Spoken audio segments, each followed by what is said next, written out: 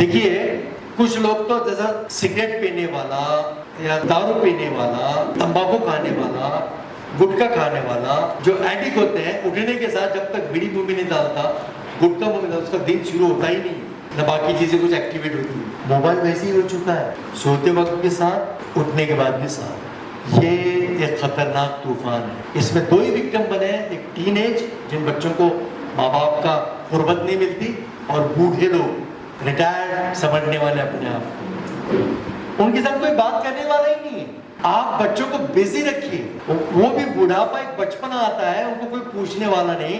कल तक वो घर का सरदार था, उसके पास मसरूफियत थी, काम था। असल में जिनका दिमाग खाली होता है वो इसके शिकार बन जाते हैं। तो अब बीच के लोग मसरूफ रहते हैं, इसलिए उनके मुकाबले में ये मोबाइल के शिकार कम होते हैं। बहरहाल इसका शिकार वही होते हैं जिनके यहाँ डिप्रेशन होता है। ये जहनों को बंजर कर देने के लिए काफ़ी है, ये गुलाम बनाने के लिए काफ़ी है। ये बुरा नहीं है साहब, इसका इस्तेमाल बुरा होता है। ये तो एक इक्विपमेंट्स है, ये ज़रूरत की चीज़ बन चुका है, इस पे सवार होना है, इसको हम पर सवार नहीं करना। तो दिमाग पूरा बधिर हो जाता है, आपके सोचने समझने की सलाहियत खत्म हो जाती है, और इसमें क्या देखना है क्या नहीं देखना है। अब तो नॉलेज जरूरत से ज्यादा हो चुका है, अब तो नॉलेज उंगली पे है साहब, उंगली करने आना चाहिए, और उंगली का ताल्लुक है दिमाग से। यहाँ अगर पॉजिटिविटी है तो क्लिक पॉजिटिव से होगा, रोशनी मिलेगी यहाँ से, यहाँ अंधेरा है यहाँ से अंधेरा मिलेगा। तो अपने बच्चों को 3 बार जब आप टच में रखेंगे, बाकी के टाइम पर उनके साथ खेलना है, इंडोर गेम खेलिए, वक्त निकालना पड़ेगा, ड्राइंग उनसे करवाइए, दूसरे एक्टिविटीज में उनको बिजी रखिए, मसरूफ उनका एक प्लान, और इसके लिए भी टाइम निकालिए। मोबाइल देखने के लिए भी टाइम डिसाइड कीजिए कि इतने बजे से इतने बजे तक आप मोबाइल देखेंगे, लेकर बैठिए और उनको बताइए कि इसमें क्या देखना है क्या नहीं देखना है। और अपने बच्चे को अकेले में मोबाइल देखने मत दीजिए, सबसे खतरनाक। हर डिमांड हम पूरी करने के लिए नहीं है उसकी, अगर 10 डिमांड करता है उसमें से 3 ही पूरे होने चाहिए, ना करने भी आना चाहिए। ये तरबियत का हिस्सा है। कई पेरेंट्स इमोशनल होते हैं, भाई हमने जिंदगी में बहुत तकलीफ उठाए, आपको हम तकलीफ पहुंचने नहीं देंगे। ये तो सब इमोशनल बेकार की बातें हैं। तो ये जब इस तरह की जो पॉइंट्स मैं बता रहा हूँ, ये जब हम ध्यान में रखते हैं तो अपने बच्चों के लिए एक प्रोग्राम बनाना जरूरी है। ये 3 बार आप रेगुलर रोज बैठेंगे तो आदत हो जाएगी साथ रहने की, साथ रहने की आदत होना अपने फैमिली के साथ। और जब साथ ये आदत हो जाएगी, मतलब बच्चों को आप ये उनकी रिक्वायरमेंट पूरी कर रहे हैं, तो आप बच्चों का हक अदा कर रहे हैं, चाइल्ड प्रोटेक्शन का हक अदा कर रहे हैं, उसका राइट है वो, उनके साथ उतना टाइम देना होगा, उनके साथ खेलना होगा, वो डिजाइन आप बनाइए, बिजी रखना होगा। आप अगर उसके बचपने में उसका साथ देंगे, बुढ़ापा भी एक बचपना है, चूंकि हमने उसके बचपन में उसका साथ दिया था, हमारे बुढ़ापे वाले बचपन में वो हमारा साथ है। सही बाप के पास आकर बैठेगा। आज नहीं बैठी जनरेशन, बाप कोने में पड़ा हुआ है, 11वें में बैठ के आने जाने वालों को देख रहा है, क्योंकि आदत ही नहीं साथ बैठने की। आज के बाद जिसके घर में बूढ़ी माँ है, बूढ़े बाप है, ये फील करके देखिए आप, उनके पास भी 3-3 मिनट बैठिए साहब। ये सब इससे बढ़कर पेरेंटिंग क्या हो सकती है। और जिस घर में ये सिस्टम है, समझ लीजिए वो नसीब वाले हैं। मेरे एक दोस्त हैं, उनकी उम्र 75 की थी, तब भी उनके फादर हयात थे, अभी उनके फादर का देहांत हो गया, इंतकाल हो गया। तो शुरू से एक आदत थी घर में, शाम में सुबह निकलने से पहले बाप को सारी रिपोर्टिंग करना कल की, और गाइडेंस लेना आज क्या करना है, या कुछ मशवरे करना, एक आदत थी। तो वो कॉन्ट्रैक्टर थे, तो ये आदत बरसों की थी। तो बोले आज भी वो आदत जारी है हमारे घर में। हमारे वालिद का दिमाग उतना काम नहीं करता, लेकिन रूटीन हम टूटने नहीं दिया। मैं आर्टिफिशियल स्टोरी बना के बोलता हूँ, आपको वो ऐसा करना है, इसका कैसा करें, तो फिर वो अपने आइडिया देते हैं, इसका ऐसा करो, और उनको जाके मिलो, कुछ भी रीजन निकालते। और मेरे जाने के बाद मेरे पोते पोतियाँ और नवासे जो घर में आते रहते हैं, उनको बोलते थे बेटा है तो ऐसा रहना, आज भी मेरे को बात कर रहे हैं साहब, इसका प्राइस क्या है, इसका रिटर्न्स क्या है? इसी को बोलते हैं आंखों की ठंडक। आंखों की ठंडक ऐसे नहीं बनती। मटेरियलिज्म इतना फैल गया है कुछ कम्युनिटी में, तो ये ओल्ड एज होम का रिवाज है। हमारे पास उसका, कई दूसरे मजहब में उसका इलाज नहीं है, उफ न कहना है। लेकिन वहां कम से कम इतना तो मान लीजिए वो फालतू के टॉर्चर से तो बच जाते हैं, वो अपनी जिंदगी जीने के लिए तैयार होते हैं और घर से निकल जाते हैं। एक वाक्य बताता हूँ। एक साहब 15 साल से उनकी माँ ओल्ड एज होम में थी, फोन पर बात होती थी या 15 दिन बाद मिलते भी थे। 15 साल में एक दिन अचानक फोन आया, आपकी माँ बहुत सीरियस है, आप जल्दी आइए। वो बिजनेसमैन थे, दौड़ते हुए चले गए। पता चला माँ आखिरी सांसें ले रही है। डॉक्टर ने बताया एक चंद ही घंटों की मेहमान है, लेकिन बातचीत कर सकती हैं, समझ सकती हैं। वो बैठी रही, वो बैठा रहा, तो माँ से कुछ तो बात करे। तो माँ से उसने पूछा, माँ आपकी कोई आखिरी ख्वाहिश? माँ ने कुछ नहीं कहा। जब बार बार वो इसरार करने लगा तो माँ ने उसकी आंखों में देखकर कहा, बेटा इस ओल्ड एज होम में एसी लगा दे, फैन तो बहुत हैं, एसी लगा दे, अच्छा रहेगा। वो एकदम इमोशन में आ गया। उसने फौरन जो भी कुछ कर सकता था फौरन ऑर्डर दे दिए, फोन करके रिक्वायरमेंट कोटेशन मंगा के मैनेजर से मिलके, और आधे घंटे में प्रोसेस पूरा हो गया। वे आके चेक कर लो और रिक्वायरमेंट कितनी बता दो। खुशी खुशी माँ के पास गया, माँ से बोला, माँ एसी अब लग जाएगा। तो मेरी माँ ये बताना, तुम 15 साल से यहाँ हो, अब तक आपने क्यों नहीं बताया? मैं तो पहले भी लगा सकता था, और आप मुझे बता रही है लगाने के लिए। तो माँ मुस्कुराई, उसकी आंखों में आके डाल के बोली, बेटा मुझे गर्मी सहने की आदत है, आपको नहीं है ना। इसके बाद किसका नंबर है? आपने को तो नंबर है। जो घर में जो रिवायत चली है ओल्ड एज होम की, आपने मुझे भेजा, मेरे जो पोते हैं वो आपको भेजेंगे। तो माँ की मोहब्बत का कोई मोल ही नहीं होता। जिसने माँ बाप की इज्जत की वही पेरेंटिंग है। वो औलाद किधर भी फैले, परिंदे की तरह घोंसले में वापस आनी चाहिए, है ना? तो ये ठंडक तभी तो उस बूढ़े से पूछिए, पैसा भरपूर है, उस बूढ़ी माँ से पूछिए, नौकर चाकर है, लेकिन आखिरी वक्त में बेटा अगर पानी देता है और नौकर पानी देता है, दोनों में फर्क क्या है? बहुत फर्क। रिश्ते मजबूत होते हैं। जरूरतें हमारी जिंदगी पर हावी हो चुकी हैं, हमने जरूरतों को मकसद बनाया। बच्चे काम के बनेंगे, जरूरतें पीछे आएंगे। साहब मुझे जिंदगी में कितना पैसा चाहिए? मुझे इतना पैसा चाहिए। जिंदगी कार है तो टंकी फुल चाहिए, डीजल की हो या पेट्रोल की हो। टंकी फुल होना बहुत अच्छी बात है, किसी के मोहताज ही नहीं, किसी के सामने हाथ फैलाना नहीं।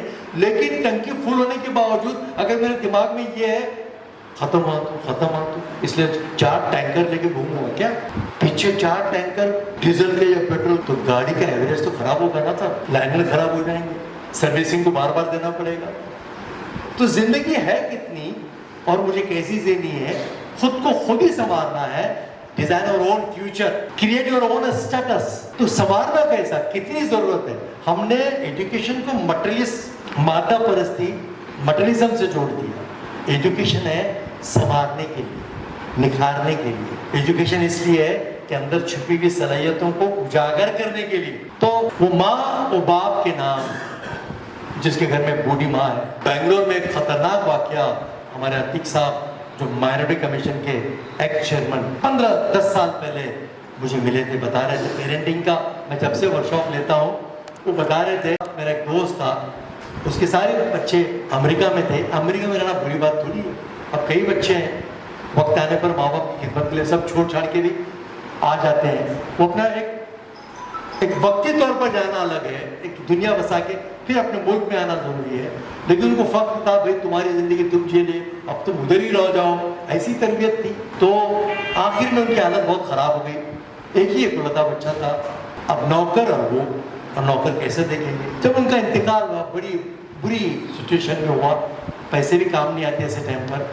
और बेटा आया, बेटा आने के बाद वहाँ सिटी जामा मस्जिद जो मशहूर है, वहाँ पर उनकी आखिरी नमाज जनाजा इसको बोलते हैं, पढ़ाई जाने वाली थी। तो वारिस को ढूंढना पड़ता है, कौन है वारिस? इनका बेटा जो इजाज़त दे नमाज पढ़ाने के लिए। तो वारिस बाहर रुका हुआ था मस्जिद के, तो लोग दौड़ते गए, चलो अंदर चलो। तो उसने अटपटा सा जवाब दिया, यार मेरे जूते बहुत कीमती है, चोरी हो जाएंगे, आप पढ़ लो ना। ये तरबियत का असर है, तरबियत नहीं देने का असर है। ये बाहर से नहीं सीखता, हमने वैसे ही सिखाया उसको, हमारी परवाह नहीं करना तुम पैसा कमाओ, खूब पैसा कमाओ और कमाओ कमाओ कमाओ। पैसा जरूरत है साहब, पैसा उतनी जरूरी तो जिंदगी पे हावी हो जाए। तो उस माँ को सलाम, उस बाप को सलाम, ये एहसास लेकर यहाँ से जाइए। अगर कुछ सवाल तो जरूर पूछिए।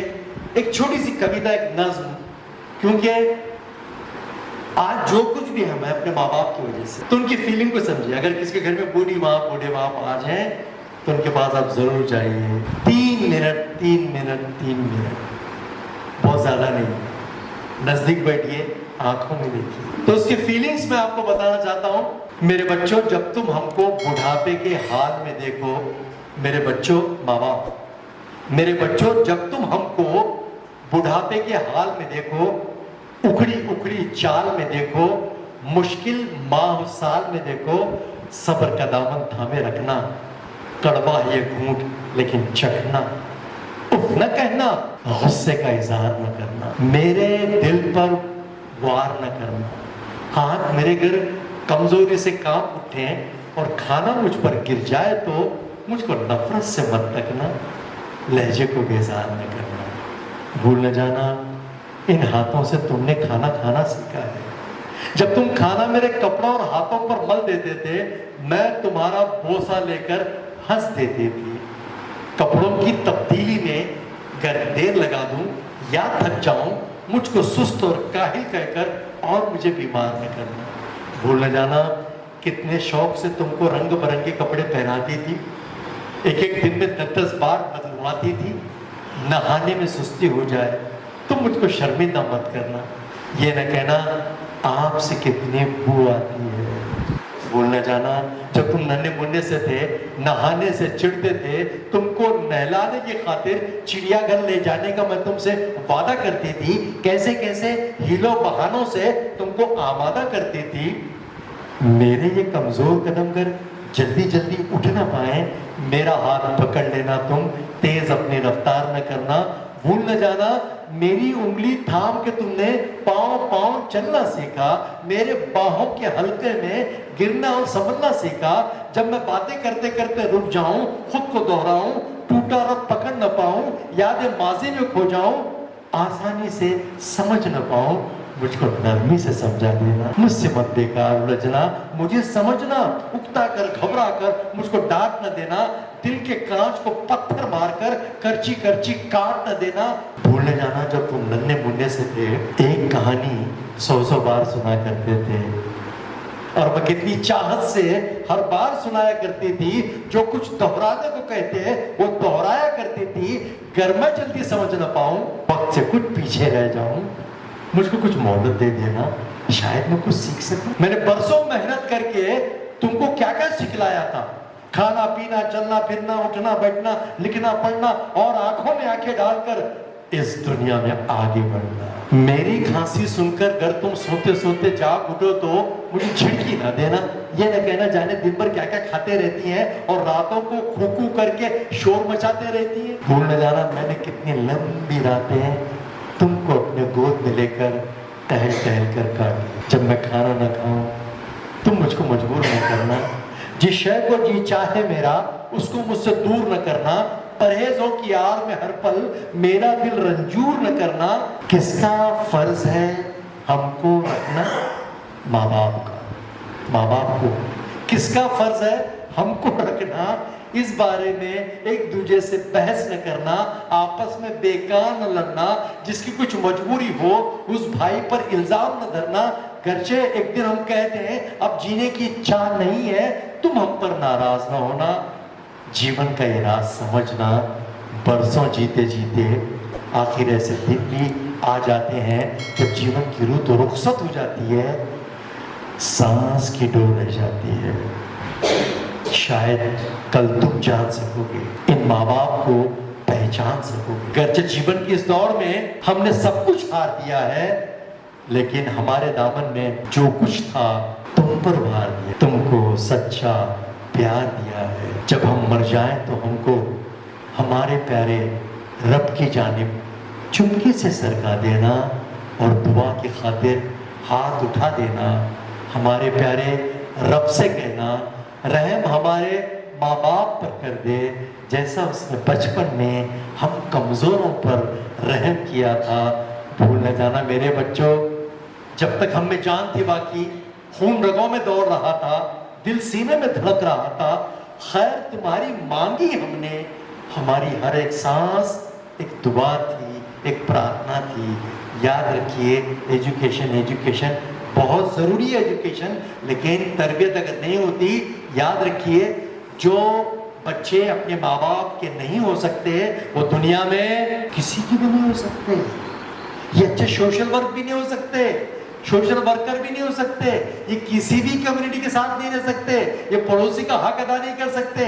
इसलिए तालीम से बढ़कर ट्रेनिंग की जरूरत है और ये काम सिर्फ पेरेंट्स ही कर सकते हैं, ये बाहर से नहीं हो सकता। अगर आपके पेरेंट्स हैं, आपके बच्चे हैं तो जिंदगी है साहब। अब जिनके पास नहीं है तो कुदरत कोई और इंतजाम कर देती, कुछ कमी है तो वो पूरा कर देती। मैं हमारे डॉक्टर अब्दुल रज़ाक साहब जो एक विजन लेकर यहाँ है, मेरे इनके ताल्लुकात बहुत पुराने हैं। अंजुम इस्लाम में ये वहाँ प्रिंसिपल के अहदे पर बड़े कारनामे किए, पूरा कॉलेज सेटअप किया उन्होंने। खालसे कॉलेज आप जानते हो, खालसेकर कॉलेज में सर ने मेरे कई प्रोग्राम्स मैं इनके इंस्टीट्यूट में कर चुका हूँ, सर के पास भी कर चुका हूँ। हमारी ये कोशिश है कि स्कूल के साथ, इंस्टीट्यूशन के साथ हमारा रिश्ता कैसा होना चाहिए। हमारी दोनों की मेहनत के बाद ही वो प्रोडक्ट अच्छा निकलेगा। आपकी आंख का तारा, आपके जिगर का टुकड़ा जिस इंस्टीट्यूशन में पढ़ता है, वहां से आपकी दोस्ती कंपलसरी है। उस इंस्टीट्यूट से मोहब्बत वक्त की जरूरत है, डिस्प्यूट रहने दीजिए।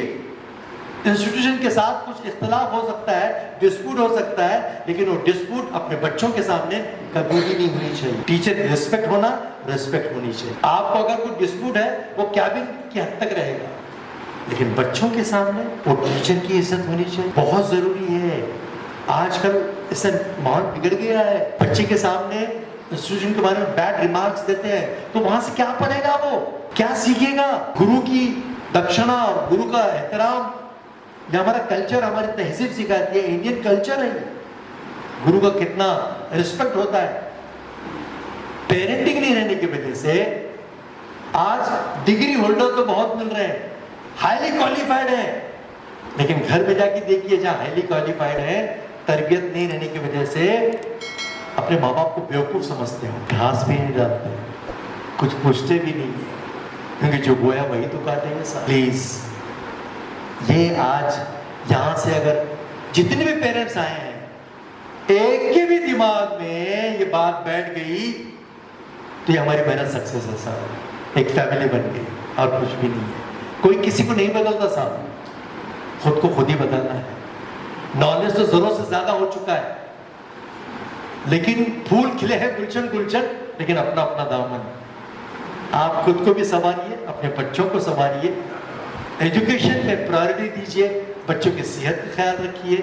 लड़का हो लड़की हो, हम लड़कियों पे तो बहुत ज्यादा ध्यान देते हैं, अच्छी बात है, लेकिन उससे ज्यादा ध्यान देना लड़कों पे है। लड़की 10 मिनट भी लेट आती है, आप बेचैन हो जाते हैं, होना भी चाहिए।